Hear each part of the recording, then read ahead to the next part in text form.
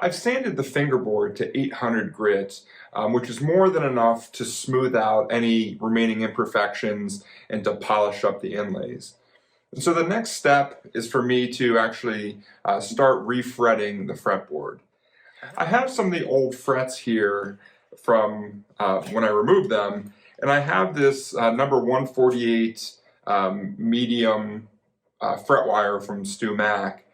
And when you line up the tangs, they're approximately the same size, if not exactly the same.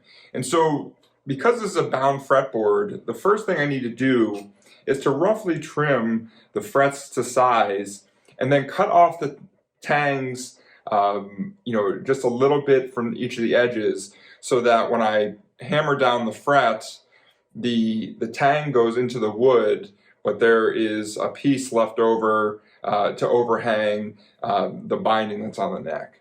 And so I'll do that for the first one and just kind of keep going up, and then I'll start to glue and hammer in the frets.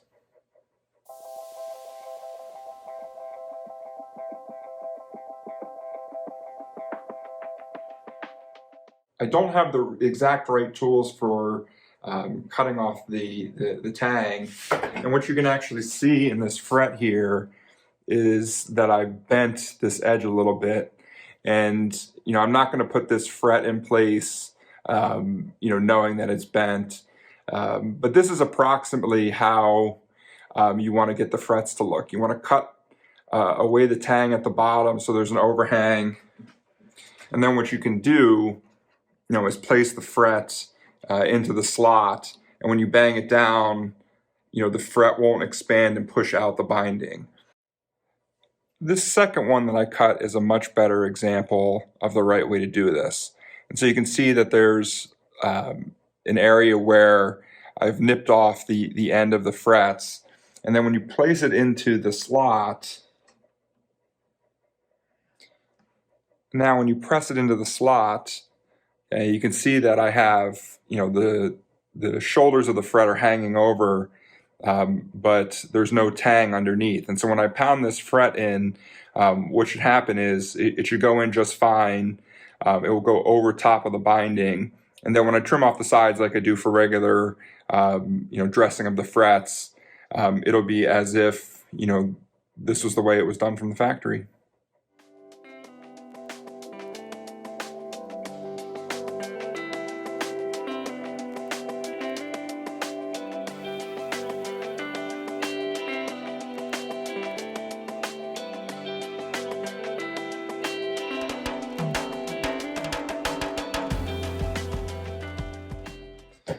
So now the first fret is in, and in the time-lapse video you might have noticed that I put a little bit of wood glue into the fret slot before I pounded it in. The point of that is not to actually glue the fret in place, but it's to actually make the wood swell up around the fret. And so if you can just think about wood and a little bit of water, it'll swell up, and so you pound the fret in, the wood swells up a little bit, all kind of glues together. And so, that will make a nice tight fit and fill any air gaps that might be there. And so all that's left is really to go through the 18 other frets that I need to do. And then I can trim off all the edges and start to do the fret dressing.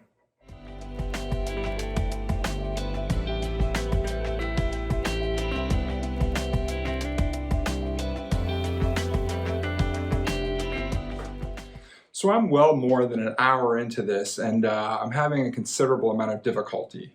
The first thing that I had done was I was trying to set up the frets to actually overlap the binding. But when I look at the original frets that I still have, they didn't do any undercutting in terms of cutting the tang off to make the edges hang over the binding. What they were doing was actually just cutting them the exact width on the inside. And so that's the first thing that I tried, and that did help considerably for the first fret. For the second fret, the slot isn't as deep as it could be. And so while I was able to seat it on the bass side, the treble side wasn't going down. And I removed this fret a couple of times until I realized what was happening. It would be easier if I had one of those little tiny fret saws that I could just sort of saw down. I don't. And so what I did was just undercut the tang just a little bit on this side. Now, I've been using glue in these first two slots, and so when this, when the glue sets and everything, I've got no concerns that it's not going to hold. But this has really changed how I'm looking at this project, to make sure I cut the frets the exact width in between the binding, and also just trying to pay attention to where the slot might not be too low, or the slot might not be low enough. And so I'm going to keep going. Hopefully I have a little bit more success going further up the neck. And as I learn things, I'll add a little more discussion here.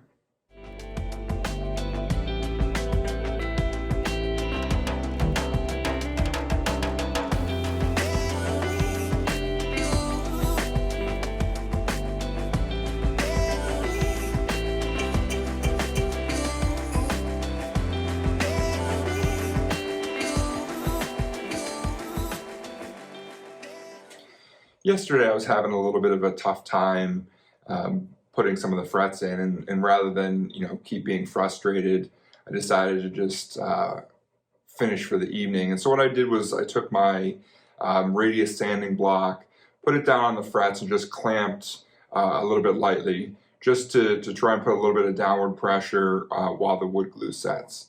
And so what I'll do now is, of course, take off these clamps, work on the rest of the neck. There's about 8 inches worth of frets to do left, and that's about how long my clamping call is. So I'll try and do all of them today, and then once all of this dries and sets, then I can start dressing the frets.